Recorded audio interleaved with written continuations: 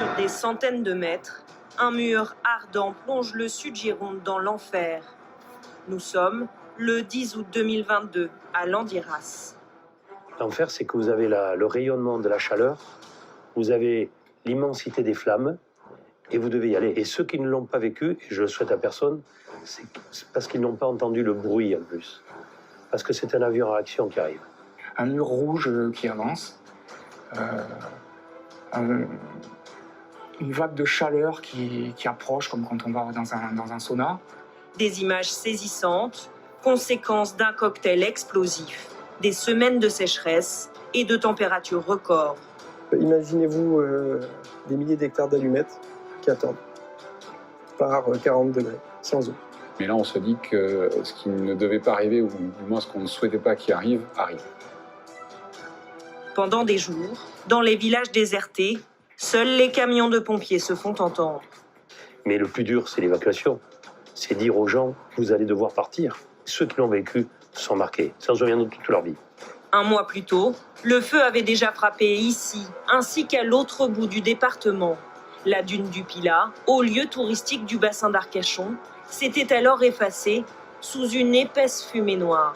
Progressivement, au fil des jours qui se sont développés, j'ai vu effectivement ce feu devenir un monstre tentaculaire. Un hydre à 1000 têtes, aussi terrifiant qu'imprévisible.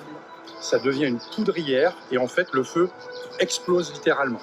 Tout le monde passe son temps à regarder la direction des vents, les températures, les taux d'humidité, et en fait c'est tel un animal sauvage qui va là où on l'attend jamais et qui déboussole tout le monde. En fait. Face à ce monstre de flammes, tout l'été, des femmes et des hommes ont mené un combat sans relâche. Ça fait un mois qu'on vit quelque chose de difficile. Une guerre d'usure pendant près de 2 mois. S'il n'y a miraculeusement eu aucune victime, les incendies géants en Gironde ont détruit 30 000 hectares de végétation, laissant derrière eux des paysages de désolation, marqués de cicatrices pour des décennies. C'est quand même un décor de guerre, quoi. J'ai monté la dune du Pilat au moins une fois par an depuis que j'ai eu l'âge de pouvoir la monter. Et aujourd'hui, quand je vois le spectacle, je me dis c'est pas très heureux, mais on doit pouvoir arriver à sauver une partie, parce que c'est l'espoir que nous avons.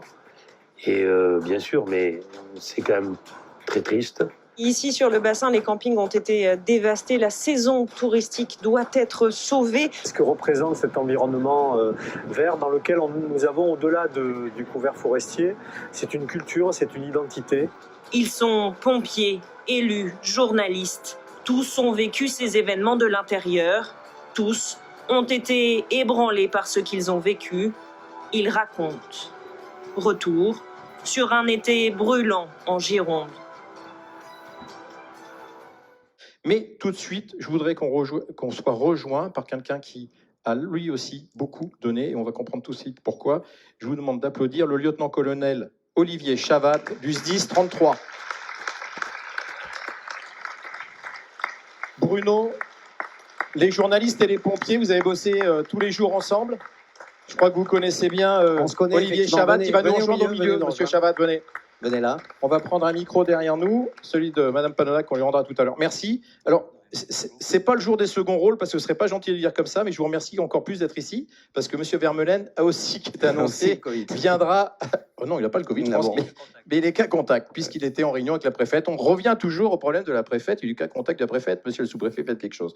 Alors, on est ravis de vous avoir. Je le dis à l'instant à Bruno. Vous avez travaillé énormément, évidemment, sur les feux, mais aussi à l'information.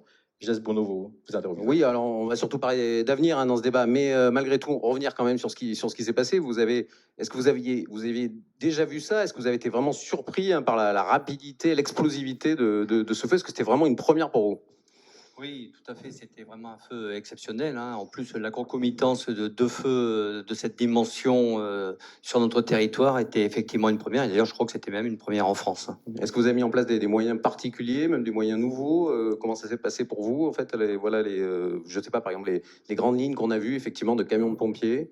Voilà, alors, les lignes d'appui, c'est un dispositif que l'on maîtrise et que l'on a déjà mis en œuvre sur d'autres sinistres. Alors effectivement, les dimensions de celui-là ont fait qu'elles ont été un peu plus dimensionné. Mais là, on a eu pour la première fois, je pense, à travailler avec des moyens de déforestation, de déforestage, pour pouvoir sécuriser des sites. Et ça, c'était effectivement une première qui s'est faite en simultané avec notre action. Alors, est-ce que vous pouvez nous dire, on va parler assez concrètement, combien exactement d'hectares ont brûlé? Parce que c'est vrai qu'on a parlé de 7000 hectares hein, au départ, et c'est moins que ça. Voilà. On a écrit 6000 depuis, et au fur et à mesure, et tant mieux, on écrit des chiffres de plus en plus petits. Voilà, alors en fait, a priori, il y aurait à peu près 5700 hectares dans l'enveloppe des 7000 hectares qui ont été concernés par le sinistre. Et en fait, c'est simplement lié au fait qu'à chaque fois qu'on intervient, il y a des langues de verre qui restent. Il y a des endroits qui parce que c'est vrai qu'on va être surpris en se disant le feu est passé partout. On est surpris que le feu soit pas passé partout, effectivement, de ces 7000 hectares. Il y a des endroits donc, où il n'est pas passé parce que vous êtes intervenu. Voilà, en fait, il est passé un peu partout, mais là où il y avait des moyens pour défendre tel ou tel enjeu, effectivement, il y a des poches de verre qui se créent et qui ont été préservées. Est-ce que, alors parce que c'est un sujet dont on a beaucoup parlé, est-ce que la forêt de la Teste, vous a posé problème pour votre intervention? C'est-à-dire, qu'est-ce que vous pensez qu'effectivement ça a pu retarder à certains moments votre intervention? Voilà, c'est une végétation très fournie, un enchevêtrement de troncs, etc. C'est ce qui se disait, c'est ce que vous avez dit d'ailleurs, je crois, parfois. Oui, est-ce que vous confirmez par rapport à d'autres massifs? Je confirme que, effectivement, ce n'était pas le seul facteur défavorable, mais c'en était un. Son manque d'accessibilité, le fait qu'il y ait une végétation basse extrêmement dense et touffue, et le fait qu'on n'ait pas de piste pour pouvoir pénétrer, effectivement, c'était un facteur très défavorable pour notre action. Sur les moyens, on va faire un sujet spécial moyen à l'Andiras, mais on va en dire un petit mot ce soir. Est-ce que ce soir, sans rentrer dans le débat global des moyens, est-ce que vous dites oui aujourd'hui, et je ne reviens pas en arrière, sur l'avenir, oui, il nous faut des avions pour nous soutenir ou des hélicoptères dans ce département? Oui, effectivement, je confirme. Il nous faut effectivement des moyens. Pour vous donner un ordre d'idée, en fait, la stratégie que nous avons développée depuis tout temps à jamais, c'est l'attaque du feu naissant. Parce que là, aujourd'hui, on parle de 3 feux. Il faut savoir qu'à l'heure où je vous parle, il y a eu 571 feux de forêt en Gironde, dont vous n'avez pas entendu parler. Depuis le 1er janvier, mais même depuis... depuis la saison forestière, avril-mai. Donc et cela, personne n'entend parler. Effectivement, il y a 3 feux hors normes. Tous les autres, notre stratégie est toujours la même, l'attaque du feu naissant. Et dans ce cadre-là, la présence de moyens aériens, effectivement, est un facteur favorable. Alors à la Teste, on a beaucoup relaté le fait que le malheureux conducteur du fourgon avait eu du mal à prévenir les secours. Est-ce qu'on a perdu du temps et est-ce que la partie était déjà en partie perdue du fait de ce retard? Bon, alors là, sincèrement, il ne m'appartient pas. En plus, il y a une enquête en cours. Tout à fait. Donc je ne m'exprimerai pas sur ce domaine, mais après, voilà, il n'y a pas de... Allez, une autre question sur laquelle je sens que je vais plutôt avoir une réponse du représentant de l'État. On voit commencer à poindre, on va lancer le débat avec ça. On a vu au moins le président de la CCI Gironde s'inquiéter, voire mettre en cause la façon dont les pompiers assuraient le commandement. Est-ce que ce soir vous voulez lui répondre ou est-ce que c'est pas dans votre possibilité par rapport à votre job? Mais écoutez, je vais me faire un plaisir de lui répondre. Alors pour ceux qui n'auraient pas suivi, il y a une enquête en cours, effectivement, et dans ce cadre, le président de la CCI, il n'est pas le seul, s'étonne d'un commandement qui lui semblait pas très bien commandé. Alors, je regrette que le président de la CCI, qui était sur site et dont d'ailleurs les propos à l'époque étaient totalement contraires à ceci, ne soit pas venu un peu plus près parce qu'il n'a pas pénétré dans le PC. Sinon, nous serions fait un plaisir de lui expliquer comment fonctionnait notre stratégie que nous avons partagée avec monsieur le maire et monsieur le sous-préfet. Et d'autre part, il faut qu'il comprenne qu'effectivement, je ne peux pas être son interlocuteur direct et qu'en fait, nous avons dans notre stratégie globale un certain nombre d'interlocuteurs qui prennent en charge, notamment pour sa partie, et notamment la mise à disposition de moyens lourds type bulldozer, que ce n'est pas moi qui gère en direct le positionnement de ces bulldozers. Mais bon, j'ose espérer qu'il soignera sa frustration autrement. On va lui écrire au moins en compte rendu dans les pages de Sud-Ouest que vous lui répondez. Peut-être là-dessus, oui. Je pense que ce qui est important aussi, c'est également de rappeler comment les choses s'organisent. Allons-y. En gestion de crise, parce que c'est en creux la question qui est évidemment sur la table.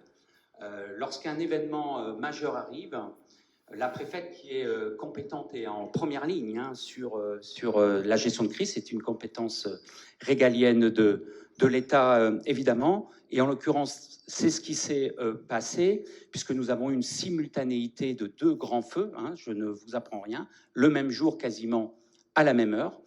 Nous a été ouvert sous son autorité un centre opérationnel départemental.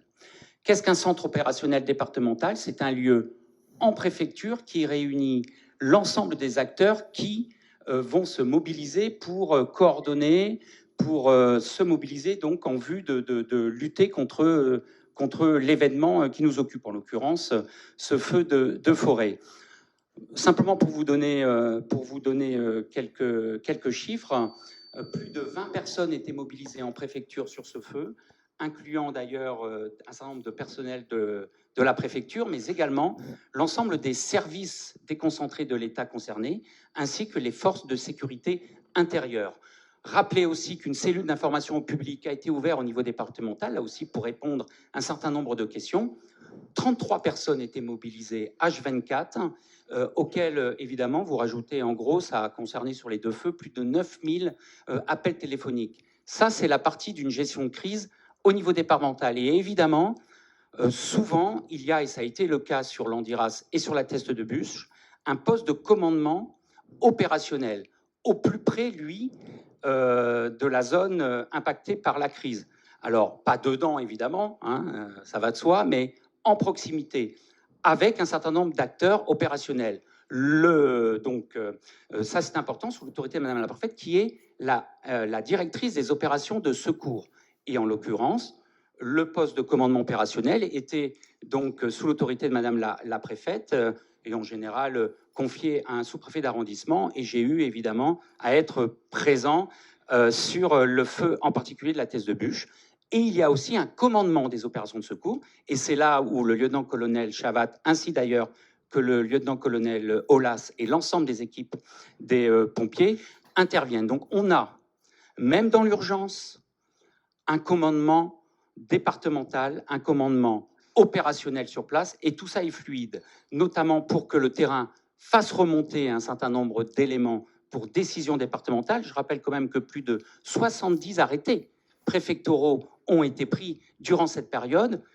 C'est juste pour vous indiquer, l'Andiras et feu de la Teste de Buch. Donc, c'est une activité importante pour que les informations remontent du terrain, mais également pour que, au plus près du terrain, nous mettons en œuvre aussi les décisions qui sont à prendre. Donc, moi, ce que je peux vous assurer, c'est que nous avons connu 3 PC opérationnels au fil des évolutions du feu. La piste de 114 près du Natus, puis ensuite le parking du zoo, et enfin à l'hippodrome. Permettez-moi d'ailleurs de remercier là aussi le directeur du zoo qui nous a accueillis, et évidemment le président de l'hippodrome.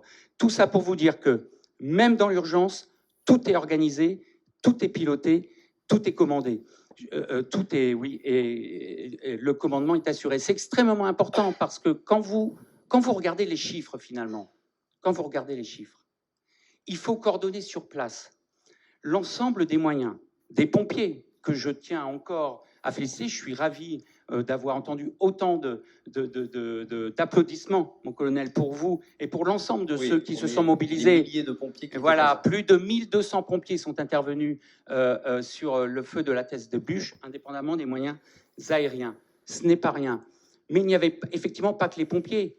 Hein, il faut intervenir, les forces de police ici présentes, la brigade nautique pour tenir la mer, la brigade de sécurité de littoral, le lien avec la base aérienne, l'armée qui a fait un travail formidable.